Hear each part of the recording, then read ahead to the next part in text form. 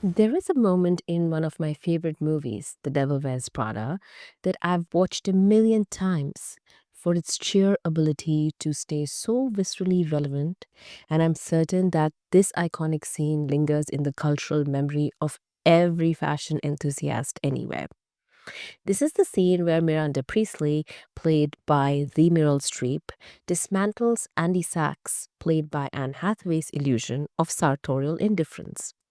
The lumpy blue sweater Andy carelessly selects from a pile of clothes is, as Miranda coldly explains, not merely a random choice, but the result of decisions made by the very industry she stands to dismiss. This scene is a masterclass in demonstrating fashion's far reaching influence and how it dictates choices whether or not we acknowledge them. Fashion, often dismissed as frivolous, is anything but. It is culture, politics, business, and art woven all together.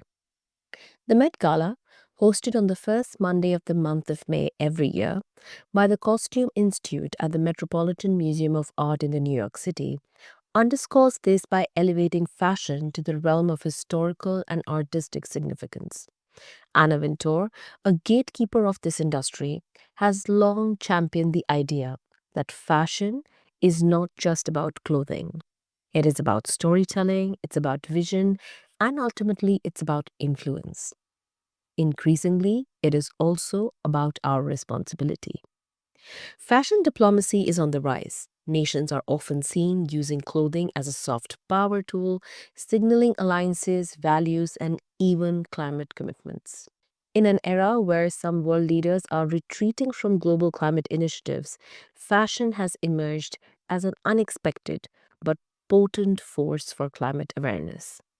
It is no longer about aesthetics, but it's also about ethics. It is an intersection of business strategy, environmental responsibility, as well as conscious consumerism. In our last episode, we explored the power of building a culture first brand, drawing inspiration from India's success stories like Sabyasachi Mukherjee, Good Earth, Fab India, and Raw Mango. My own background, steeped in a culturally rich artistic environment, definitely played a role in shaping my understanding of how these elements intertwine with each other and with business. And ultimately, this mix is what led me to specialize in IP law.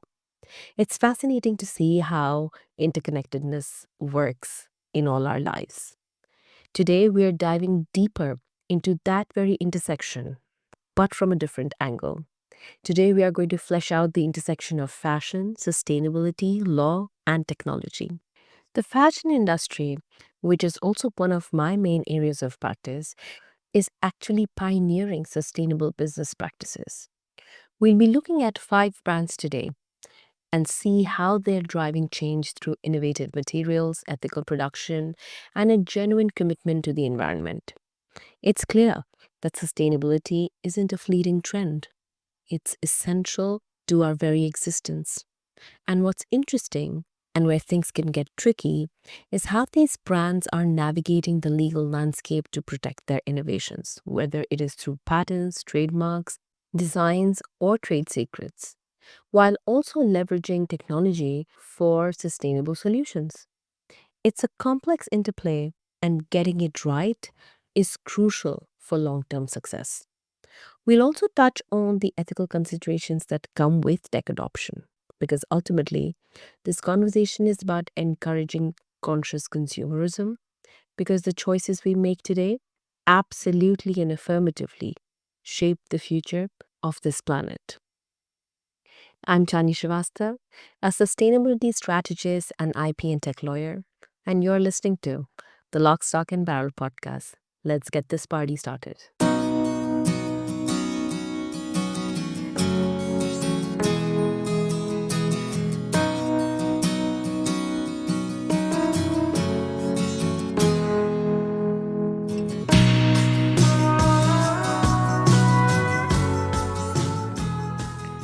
Today, we unravel an intricate tapestry that connects art, literature, technology, law, policy, and sustainability. That is fashion. Why does this conversation matter? Because in a climate where policymakers waver, the fashion industry is quietly leading by example, proving that businesses can be profitable while prioritizing climate commitments. And any industry, whether it's tech, manufacturing, or retail, can learn from fashion's playbook. Fashion has been a marker of history and change. Consider the sumptuary laws of the Renaissance, which dictated attire based on class, or the anti fur movement of the 20th century, where fashion became a site of activism. Even when you look at literary works of repute from different periods, you'll find that it is also steeped in the symbolism of clothing. From Virginia Woolf's Orlando, where garments shape identity, to Oscar Wilde's The Picture of Dorian Gray, which, by the way, will be coming to Broadway in March 2025 for those interested. You'll notice that fashion in this play becomes a mirror of the self. Art has long chronicled fashion's evolution from the elaborate court attire of Renaissance paintings to the subversive designs of contemporary avant garde movements. Yet, the fashion industry faces a paradox. Once a tool of self expression and cultural storytelling, fashion has also become one of the planet's most significant polluters. Fast fashion, with its cycle of overproduction and disposability, has created an unsustainable business model, one that exploits both resources as well as labor. But the tide is turning. A new generation of brands is rewriting fashion's future boldly, proving that sustainability and style are not mutually exclusive. Today, we spotlight five trailblazers. You'll see that these brands are not just disrupting the industry, but they are redefining it in their own way. The first one is Patagonia, which is a pioneer in sustainable apparel, like we mentioned in our previous episodes, that I'm going to link in the description box below for you, as it has long championed environmental activism since its very inception. Their famous 1% for the Planet initiative, which donates a portion of sales to environmental causes, is more than corporate social responsibility. It is clearly Patagonia's mission. The second one is Stella McCartney. Stella McCartney is proof that luxury fashion and sustainability can coexist. Her use of grape based leather alternatives and recycled plastics sets a new standard with every single line that she designs, challenging an industry historically reliant on excesses. The third brand that we're going to talk about is Vuori, an athleisure brand that you must have heard of. It exemplifies the power of climate neutrality, offsetting carbon emissions, and reducing plastic use, showing that performance wear can be both ethical as well as innovative. The fourth brand is PANGAIA, which is a pandemic find for me. It is a materials science company which is revolutionizing textiles with plant based denim and bioengineered fabrics. They're reshaping their supply chain itself, proving that material innovation can certainly drive sustainability. And the last brand that we're going to talk about is inspired by the ocean, Finisterre. The brand incorporates recycled marine plastics into their designs and actively supports ocean conservation efforts, reinforcing the symbiotic relationship between business and environmental stewardship. These five brands share a common thread: a commitment to climate initiatives and sustainability that extends beyond marketing. They challenge traditional industry norms and set a precedent for businesses across sectors. Their success signals that consumers are ready for a change and that profit and purpose can certainly align. As we navigate a world where climate policies are increasingly fragile, industries beyond fashion should also take note of this episode. Sustainability, like we have been saying ad nauseum at the Lock, Stock, and Barrel podcast, is not just a trend. It's a necessity for our planet and for our future generations. And fashion, an industry which is often underestimated in this regard, is proving that change is not just possible, it is already happening. If there is one name that is consistently setting the bar for sustainable fashion really high, it's Patagonia. More than a clothing brand, it's an environmental movement woven into fabric. Founded by rock climber Yvon Chouinard over 50 years ago, Patagonia has never been just about apparel. It has always been about action. From the very start, sustainability wasn't just a trend for Patagonia, it was a mission. The brand pioneered the use of recycled materials long before it became mainstream. Fishing nets, bio based polyester, hemp, and organic cotton, Patagonia transformed waste into wear every single time. Every stitch reflected a commitment to a planet first approach for this brand. But innovation in materials is just one part of the story. Patagonia has embedded activism into its business model. Through its 1% for the Planet initiative, it has donated over $140 million to grassroots environmental organizations. These funds fuel real change, protecting endangered ecosystems, fighting deforestation, and empowering local communities to take climate action. And it doesn't stop there for Patagonia. This brand wants consumers to be a part of the movement. Its Patagonia Action Works platform connects people with environmental initiatives in their own backyard, whether it's volunteering, attending sustainability events, or supporting conservation efforts. The brand makes it easy for everyone to take action. So, what can we learn from this brand?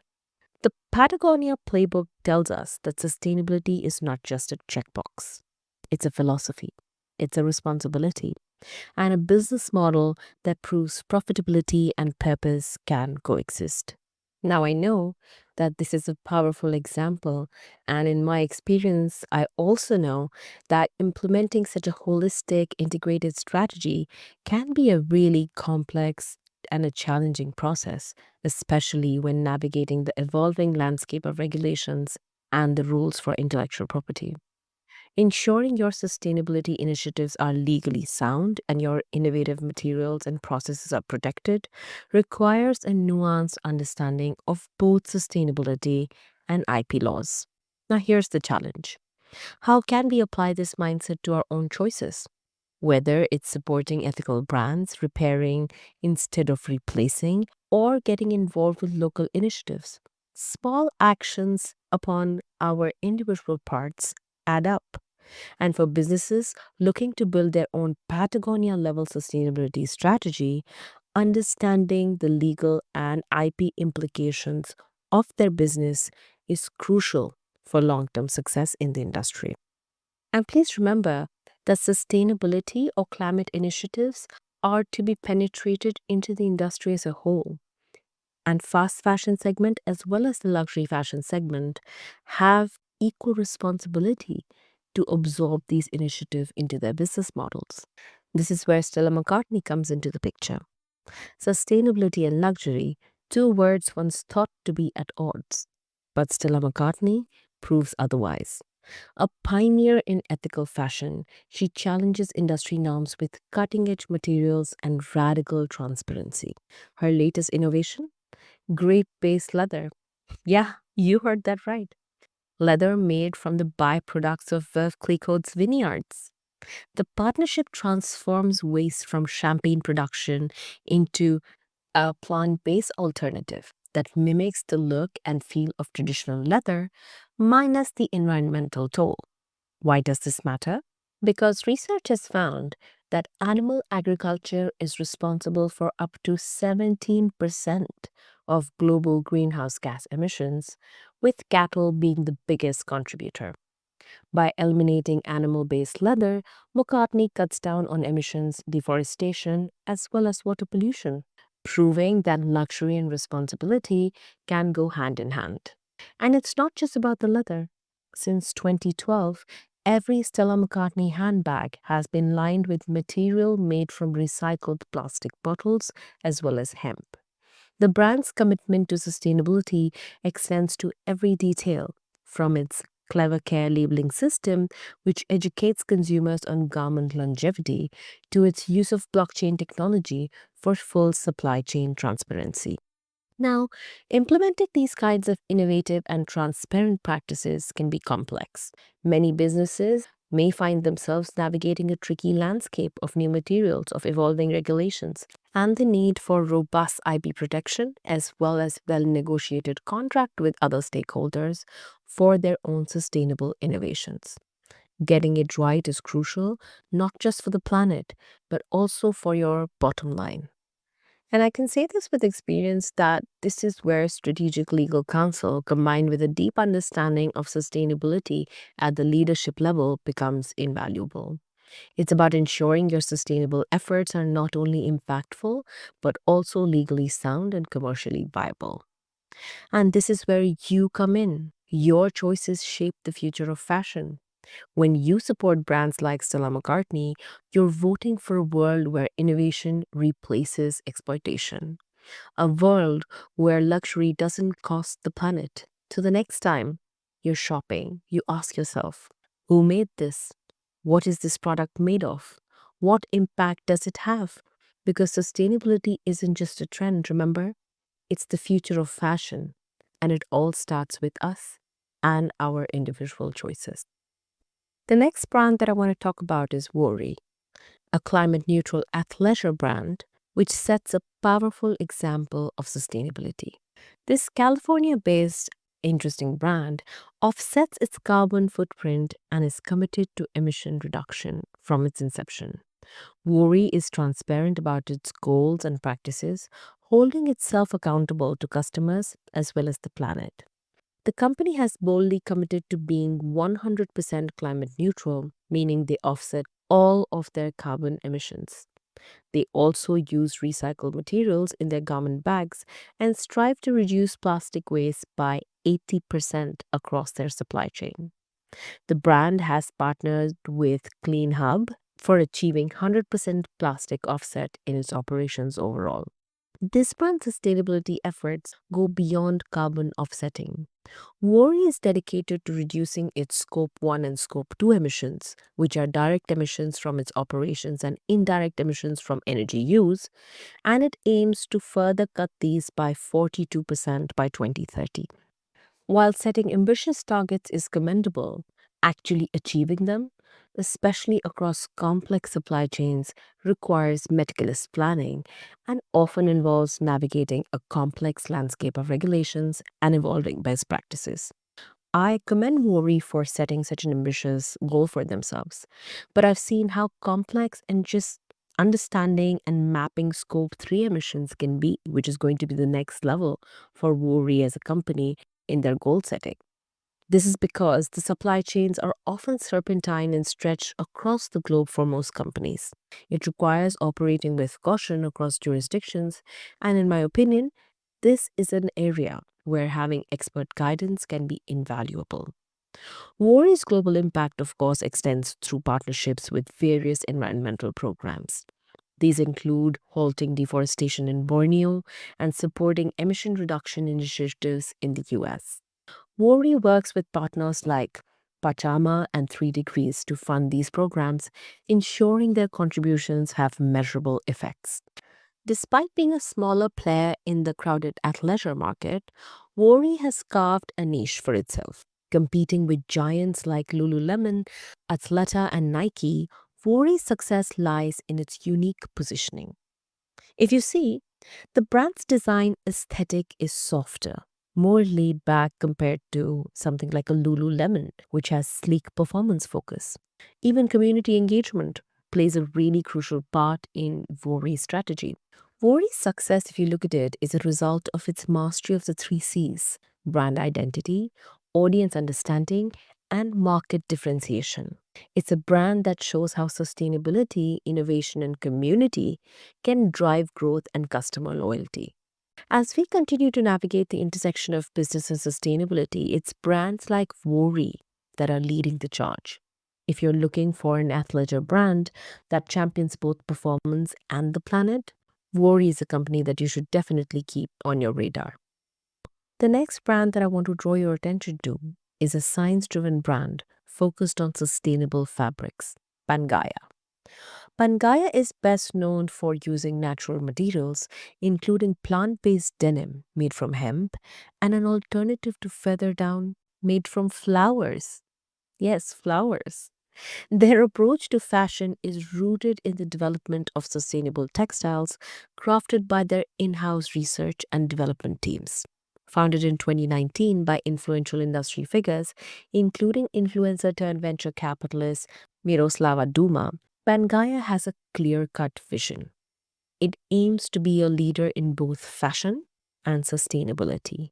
The company's innovations are protected by patents and trademarks, reflecting their commitment to eco friendly progress. Pangaia's fabrics are now poised to become a new revenue stream through partnerships with other brands. The team behind Pangaia brings together fashion experts like Miroslava Duma and Jasmine Millers with backgrounds from Bottega Veneta and Valentino. Their goal? Their goal is not just to create clothing, but it is to define eco innovation in fashion. Though the pandemic era sweats helped propel early growth for this company, its ultimate ambition goes beyond that. The company is now positioning itself as a hub for sustainable technologies, offering its groundbreaking materials and solutions to other brands. The company has patented a range of eco friendly materials and it's now pivoting into a solid B2B model. I can foresee here that this shift, while promising, can sometimes present unexpected challenges. In my experience, successfully navigating the complexities of licensing and protecting IP in a B2B context is really crucial for maximizing the value of these innovations for a company. It's an area where having an expert legal counsel, particularly one specializing both in IP and the nuances of the tech world, can be really invaluable. In line with its mission, PANGAIA is a B Corp certified company emphasizing social as well as environmental responsibility. This company is also committed to regenerative forestry projects and operates its own Rewear circular platform to promote garment reuse. But Pangaia's innovation isn't limited to fashion alone.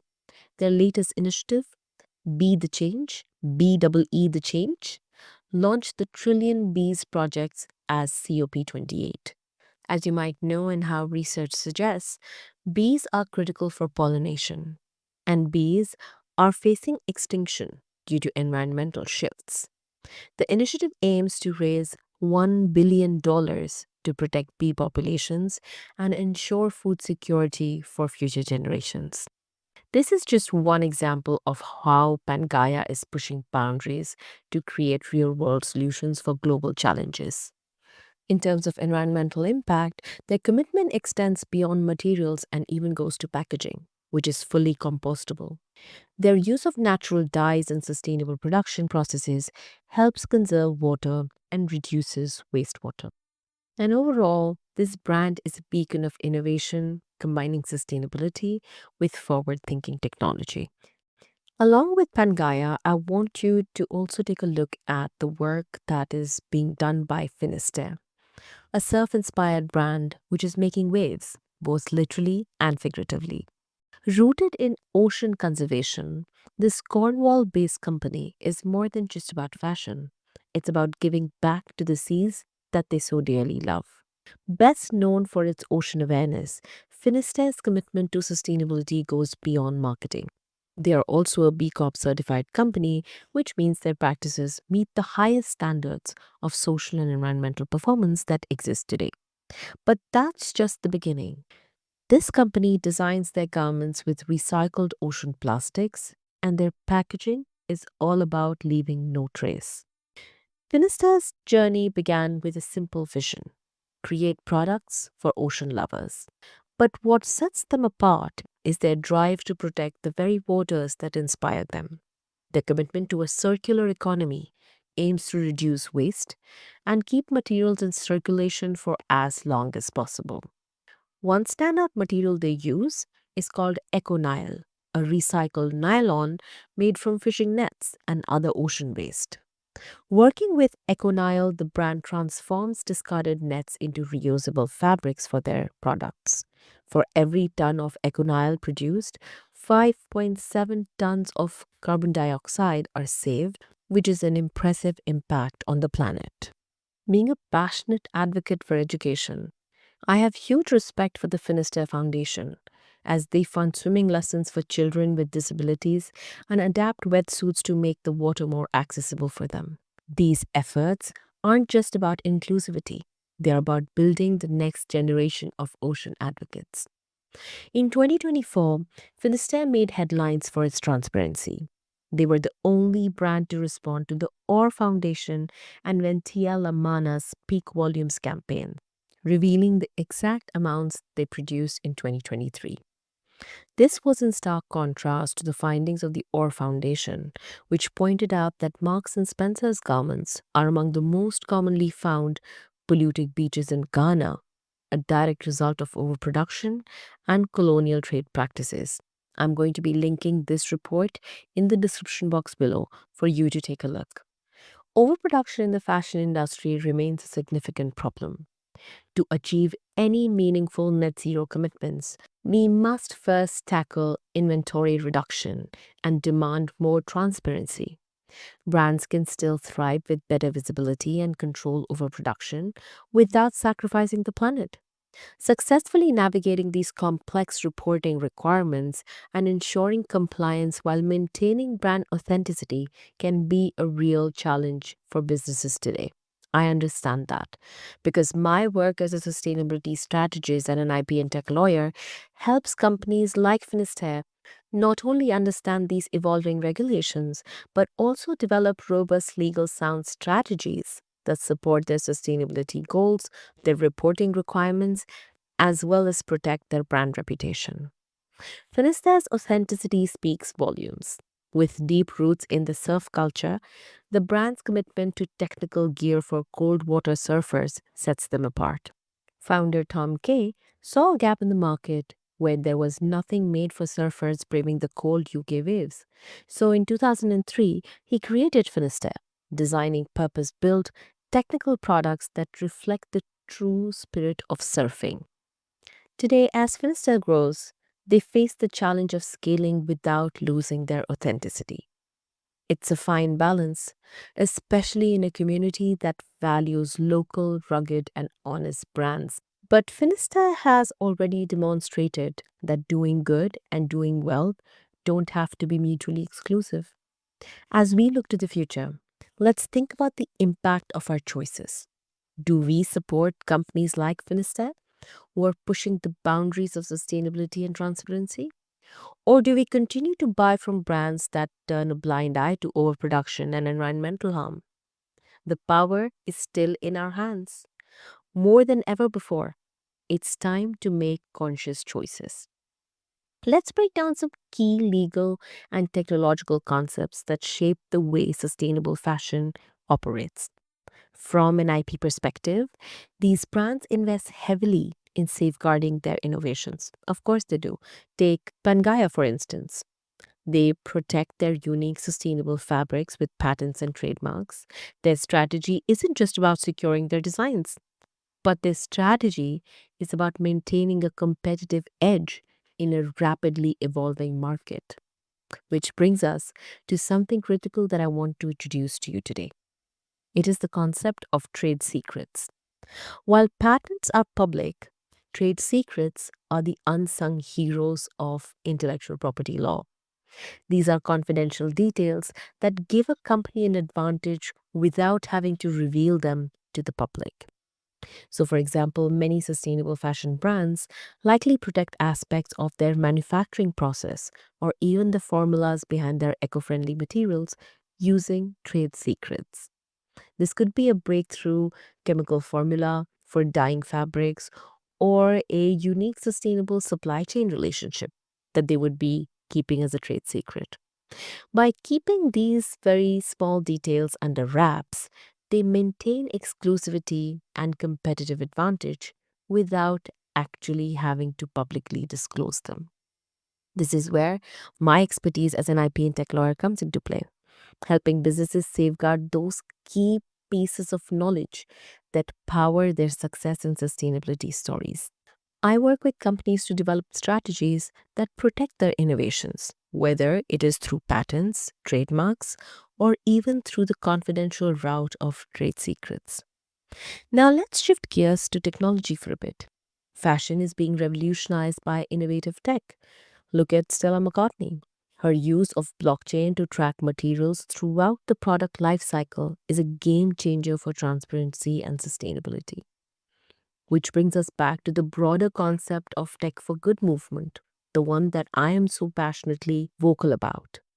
These brands are leveraging technology not just to make money, but to create real positive impacts on society and the planet. For instance, brands are integrating AI to enhance production processes, reduce waste, and boost efficiency. But as we all know, technology has its challenges. AI can optimize fabric cutting, significantly reducing waste material. But it also has challenges in terms of ethics. It comes with questions like how can we ensure that AI adoption doesn't cause job displacement without proper retraining and support? As someone who works at the intersection of sustainability, technology, and law, I can tell you that this requires vision. I specialize in advising brands on how to use tech responsibly, ensuring that innovations are ethical and aligned with sustainable business practices. But let me tell you that this is not easy. It's all about balancing the need for progress with the imperative to do good. As we close today's episode, we reflect on the remarkable shift that is happening within the fashion industry, a transition that is not just shaping our wardrobes, but also the world. From the trailblazing efforts of Patagonia, Stella McCartney, Vuori, PANGAIA, and Finisterre, we see how sustainability is a movement and is here to stay, one that challenges us to reimagine what fashion can be. These brands are proving that innovation, ethics, and style can harmoniously coexist, offering us a future where our choices are not only aesthetically driven, but ethically grounded. Sure, some of these companies might not have been booking profits in a single quarter or even a whole year, but that's not the point. These brands are here for the long run, built on a foundation of intentionality that mirrors their commitment to sustainability. Will they make mistakes on their way? Of course they will. Their business models are rooted in a vision that transcends immediate financial returns or short term mistakes because their true currency is the positive change they're creating, both for the planet and for the future generations. This shift in the fashion industry is more than just about ethics and the environment. It's about all of us. It's about conscious consumerism. Every thread, whether it's the materials we use or the tech we integrate, plays a part in shaping the fabric of our collective future. I'm so glad that we went on this journey together of exploring some emerging global brands. Thank you for joining me on this quintessential episode of the Lock, Stock, and Barrel podcast. I'm really grateful for sharing this space with you. But our data shows that most people who listen to this podcast are not subscribers. So I have a small request to make here. Please head to the show notes below where you will find the links to the Lock, Stock, and Barrel podcast on YouTube, Spotify, Apple Podcasts, Substack, and LinkedIn. And hit subscribe so that you can support us in our aim to build better episodes for you. I hope today's episode has deepened your understanding of how law, technology, and sustainability intersect to shape the future of fashion. Remember, I'm here to help businesses turn their stories around, helping them protect their innovation and also to drive meaningful change. If you would like to have a conversation with me about it, you can write to me on LinkedIn or send me an email from the details in the show notes below. Thank you for staying with me till here. Until next week, stay curious, stay informed, and most importantly, stay conscious.